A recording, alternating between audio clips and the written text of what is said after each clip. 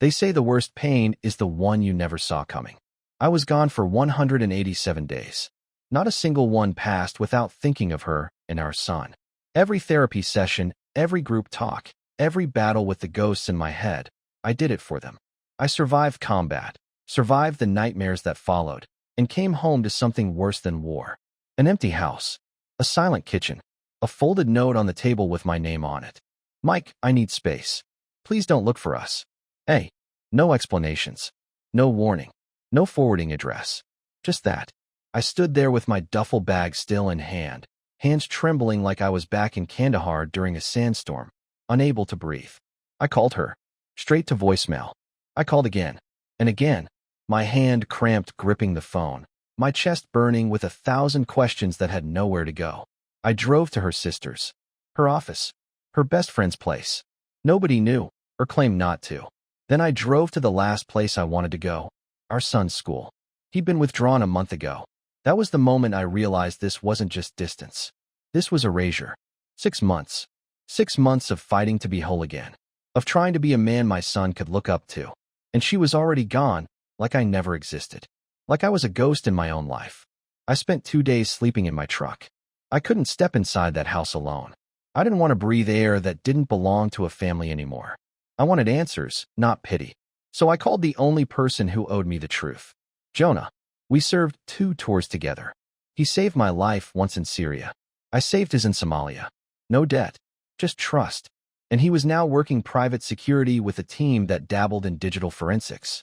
I told him I needed a favor. I didn't explain. I didn't have to.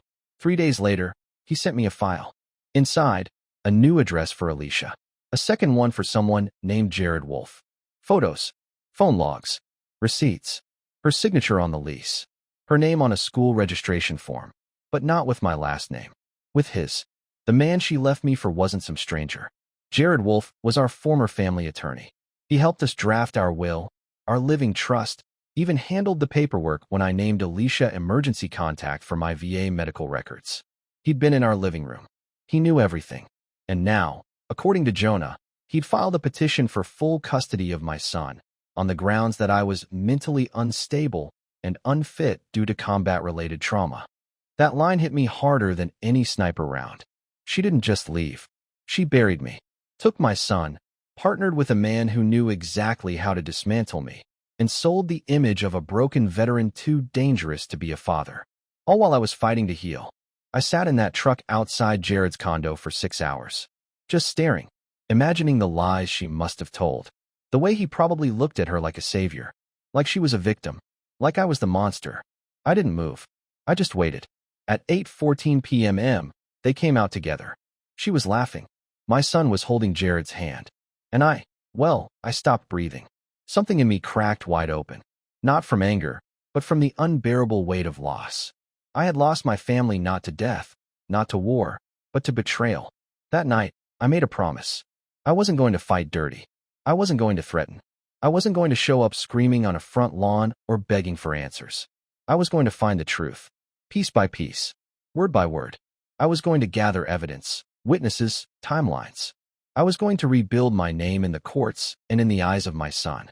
But make no mistake, I was going to expose every lie.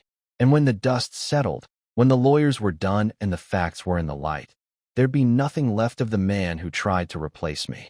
And as for Alicia, she'd finally see what it cost to mistake silence for weakness. Because I wasn't the ghost. I was the reckoning.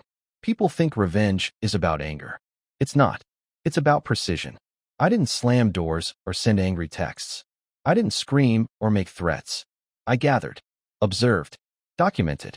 That's what the military taught me. Never strike until you've mapped the terrain. And in this case, the terrain was Alicia's new life. Jonah found the therapist's report she'd used in court. It claimed I had unresolved combat aggression and difficulty maintaining emotional regulation. The kicker? The therapist had never met me. The entire report was based on Alicia's testimony. She'd told the court I'd thrown a chair at her during a nightmare, that I punched holes in walls, that our son was terrified of me. None of it was true. But truth doesn't matter in court unless you bring receipts. So I started collecting. First, I went back to the VA hospital and requested all session recordings and therapist notes. My clinician, Dr. Patel, was more than willing to write a statement. It read, "Patient exhibits strong emotional awareness, nonviolent coping strategies, and shows no indication of danger to self or others." Then I got my hands on Alicia's custody affidavit, line after line, filled with carefully crafted half-truths. But there was one sentence that stood out. "Michael has refused communication with our son since February." I scrolled back through my phone logs, messages, emails. I had sent 23 messages to Alicia, asking for photos, a phone call, a birthday Zoom, all ignored. And she told the court I had abandoned him. Jonah helped me pull phone records, emails, IP logs. Alicia had blocked my number the day she moved in with Wolf. That detail mattered. A lot. But I needed more than digital proof. I needed someone the judge would believe. So I went to my son's old kindergarten teacher, Ms. Holbrook. She remembered me. Remembered the mornings I dropped him off with a packed lunch and a note in his bag. She even remembered the day I deployed and how my son cried. How I promised I'd be home soon. She wrote a statement. And in it, she said, Michael was an engaged and loving father. His son talked about him every day. Then I made one last stop. Jared Wolf's law firm. I walked in wearing nothing that looked like a threat. I asked to speak with his paralegal, said I was a potential client. When she sat across from me, I leaned in and said one word. Confidentiality. Her eyes shifted. I told her I wasn't there to make a scene. I wasn't even angry. But I knew Jared had filed a psychological evaluation request with forged documents. And if he was willing to do that for custody, what else was he hiding? Her silence said everything. She didn't deny it. She just said, "You should talk to his first ex-wife." That was the crack I needed. Her name was Dana. Divorced 7 years ago. Had custody of 2 kids. Took exactly one call for her to agree to meet. Dana didn't waste time. She slid a manila folder across the table. Restraining orders. Police reports. Financial abuse. Wolf had a pattern. Alicia wasn't the first woman he rescued from a marriage, only to isolate and control. By the time I was done, I had a binder 2 inches thick. Not just proof I wasn't dangerous. Proof they were. But I knew the court wouldn't just listen to facts. Courts listen to performance, emotion, narrative. So I wrote a letter. A statement to the judge, to be read aloud at the hearing. I'm not here to punish anyone. I'm here for my son. I'm here because I refuse to let lies define me. I fought for this country, and now I'm fighting for the right to be a father. Not out of pride, out of love. The day of the hearing, I walked into that courtroom with my head up. Alicia didn't look at me. Jared smirked. The judge read my file for over 10 minutes. Then he turned to Alicia's lawyer and asked a simple question. Why was the father blocked from communication? There was no answer. Just stammering. Then came the statements. Ms. Holbrook, Dr. Patel, Dana. My voice shaking but clear as I read the last line of my letter. A child should never be used as a shield or a weapon. The judge ruled in my favor. Joint custody. Reinstated visitation. Psychological review. Of them, not me. I walked out of that courtroom without saying a word to Alicia or Wolf. I didn't need to. Because revenge didn't look like rage. It looked like truth. And the truth had just spoken louder than their lies ever could. People don't take losing well, especially when they've built their lives on control. 2 weeks after the court ruling, Alicia sent me a message. No apology. No explanation. Just 5 words. You won. I hope you're happy. It wasn't a peace offering. It was a warning. The first visitation with my son went smoother than I expected. He was cautious, but not afraid. We played chess. He remembered how. He asked questions about my time away, but never mentioned Jared. Not once. Which meant either he didn't care, or he'd been told not to. On the second visit, he handed me a drawing. It was of our old house. A small stick figure stood on the porch. The word Dad above its head. And I knew then, I still had time. He hadn't forgotten me. He just needed space to remember who I really was. But Alicia wasn't finished. It started with a CPS welfare check. A knock at my door just before dinner. The social worker said someone reported I left my son unattended and kept firearms in reach. False. Both. But they had to investigate. Then came the anonymous email to my job, accusing me of emotional instability and aggressive behavior in the workplace. HR called me in. I showed them the custody papers, the cleared psychological reports, the court order. They backed off. But it was a message. Jared and Alicia weren't going to fight fair. I called Jonah again. I asked him to monitor their communications, legally or not. I wasn't going to wait for the next ambush. He found something. A burner number. Repeated messages between Jared and someone named Carter Voss. I knew that name. Former contractor. Dirty history. Worked in information ops and political smears. Last I heard, he was running some PR consultancy that specialized in influence management, translation, character assassination for profit. They were hiring him to destroy me. I could feel the ground shifting under my feet. This wasn't about a custody dispute anymore. It was about reputation. About leverage. If they couldn't take my son back through the courts, they'd ruin my name until I had nothing left to stand on. So I did something I never thought I'd do. I met with Jared's first wife again, Dana. This time, she didn't just bring documents. She brought her story. She agreed to record an interview. Video, timestamped, notarized. Her testimony wasn't just about abuse. It was about pattern. She detailed how Jared used false reports, threats, planted evidence to gain custody, silence opposition, and win cases. Jonah built a full digital timeline. Anonymous reports filed from IPs linked to Jared's firm. Social media bots spreading concerns about my mental state. A news blog conveniently quoting unnamed sources about my violent past. It was all tied together, coordinated, manufactured. I compiled everything and filed for a restraining order, not just against Alicia, but Jared and Voss. But that's when they escalated.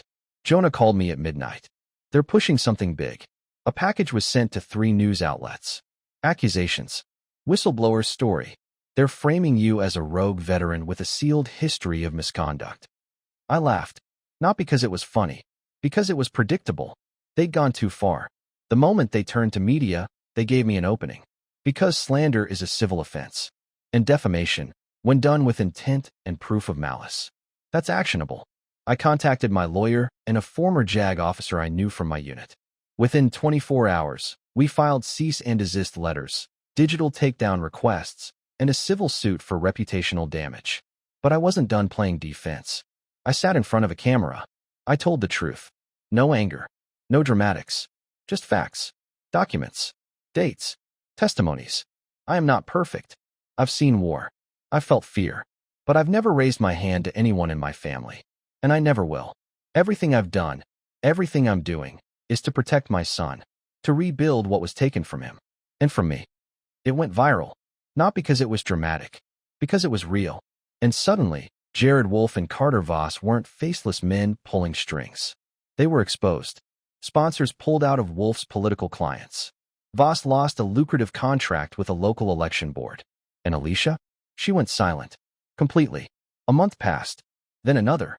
One morning, I opened my front door and found an envelope on the porch. Inside, a handwritten note. I thought I was protecting him. I see now I was protecting myself. I won't fight anymore. He deserves the truth. No name. But it didn't need one. The truth is, I never wanted revenge. I wanted peace. But peace doesn't come from silence. It comes from speaking, clearly, boldly, and without fear. They thought they could erase me. What they didn't know was, I already died once. And men who've died before don't scare easy. Why did Mom say you left us? That was the first question my son asked after moving in with me. No warning. No build-up.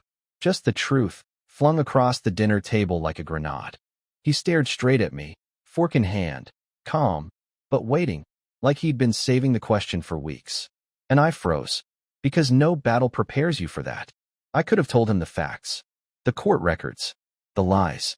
The campaign they built to erase me. But he didn't want a courtroom drama. He wanted to know if I'd abandoned him. I didn't leave, I said finally. I got hurt. I needed help. And while I was away, things changed. He looked down at his plate. She said you chose to be gone. That you were angry all the time. That it wasn't safe. I couldn't breathe. Not because he said it, but because he believed it.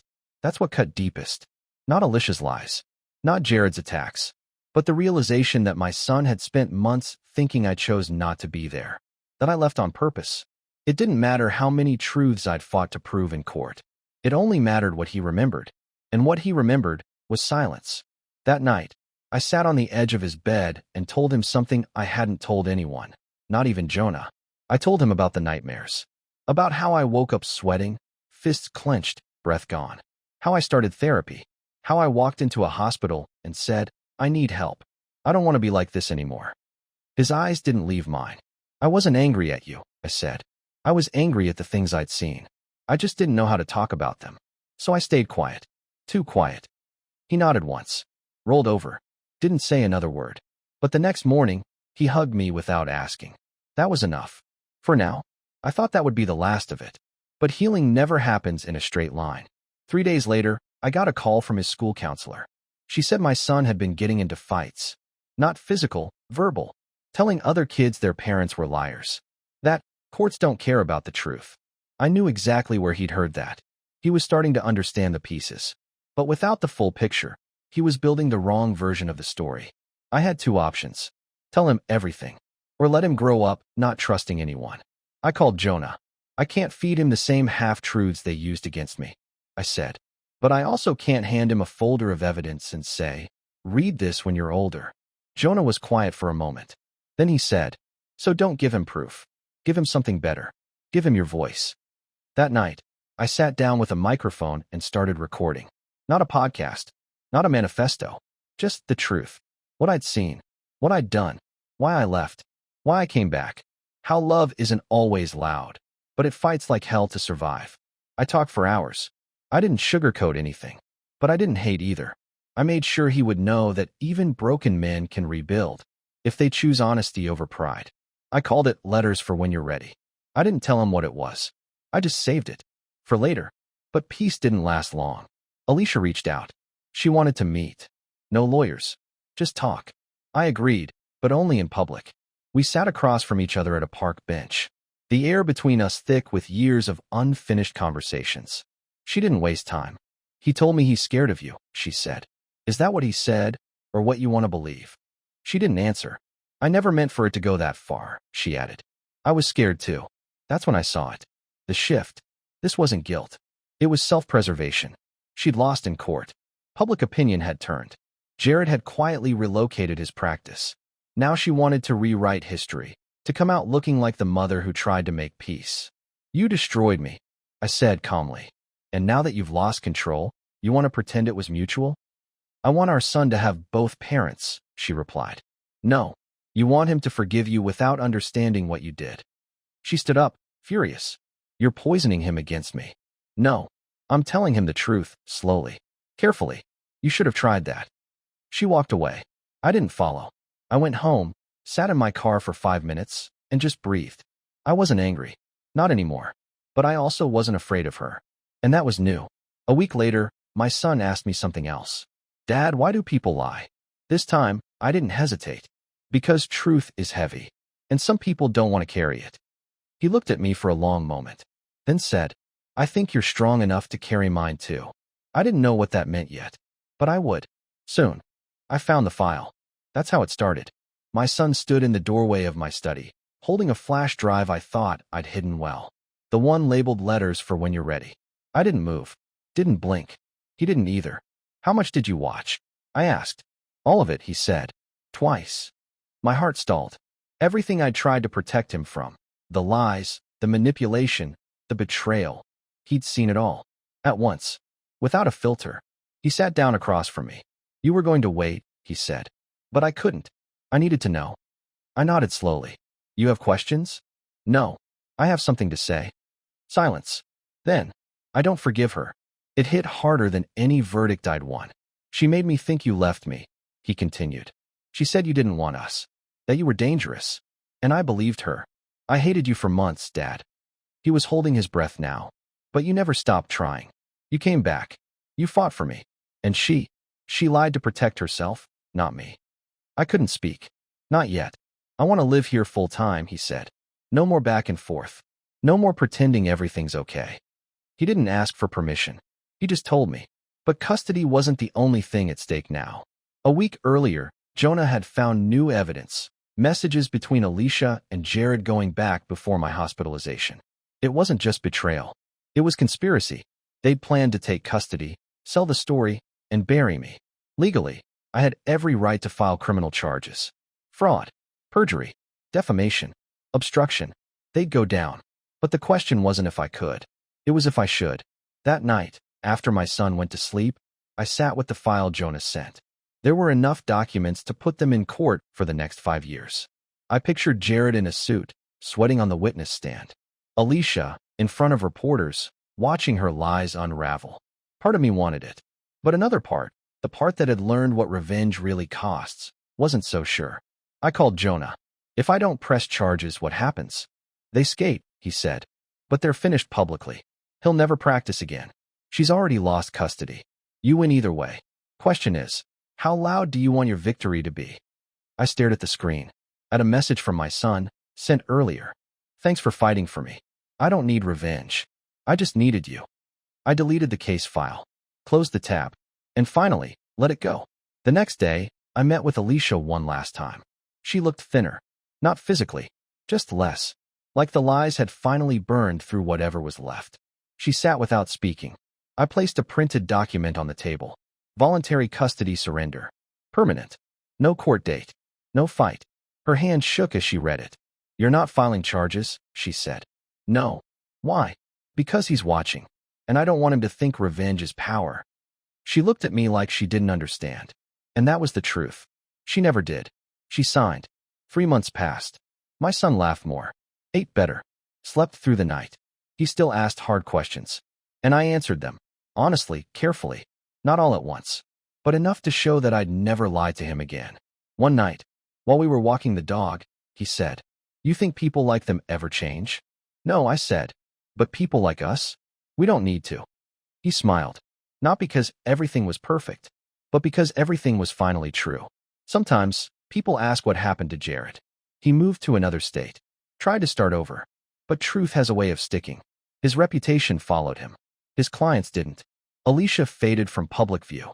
She emails sometimes, brief updates, awkward attempts at connection. I reply once in a while.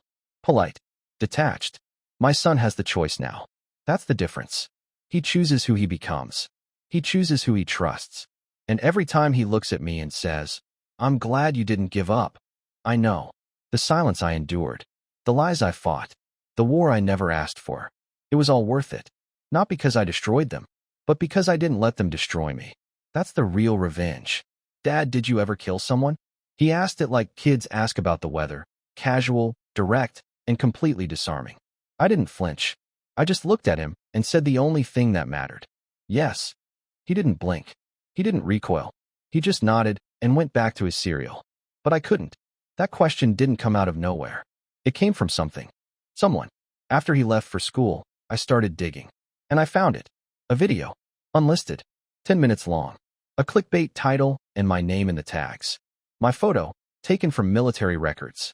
A voiceover, distorted, accusing me of unprosecuted battlefield crimes.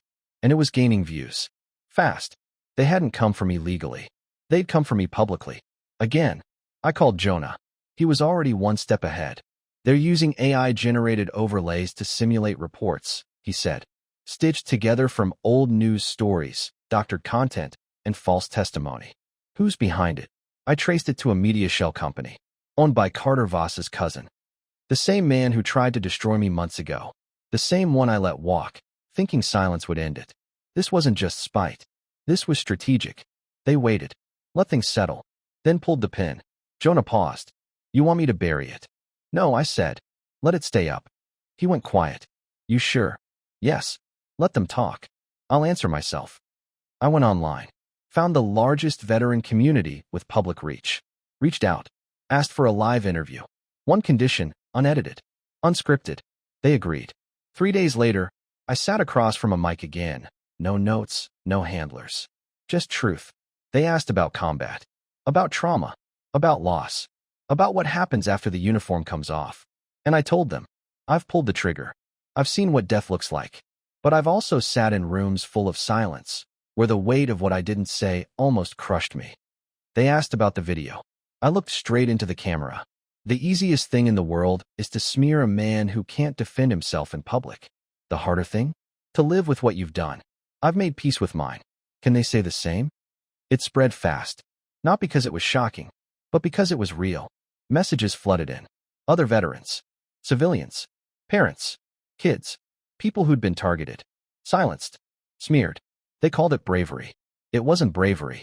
It was necessity. I wasn't fighting for my reputation anymore. I was fighting for my son to know that truth doesn't always shout, but it doesn't run either. A week later, I got a letter in the mail. No name, no return address. Inside was a photo of me and my son walking down a street, taken from behind, at a distance. On the back, "You can't protect him forever." No threats, just a message. A reminder that people like Carter Voss don't stop. They just circle, wait, plot again. I filed a police report, forwarded everything to Jonah. Increased security. But something had shifted in me. Before I reacted, now I prepared. I didn't carry weapons anymore. I carried witnesses, proof, support, the kind of armor men like Voss can't breach. And I told my son the truth. There are people who don't like what I represent, I said. Not because I'm dangerous, but because I survived. Because I spoke when they wanted silence.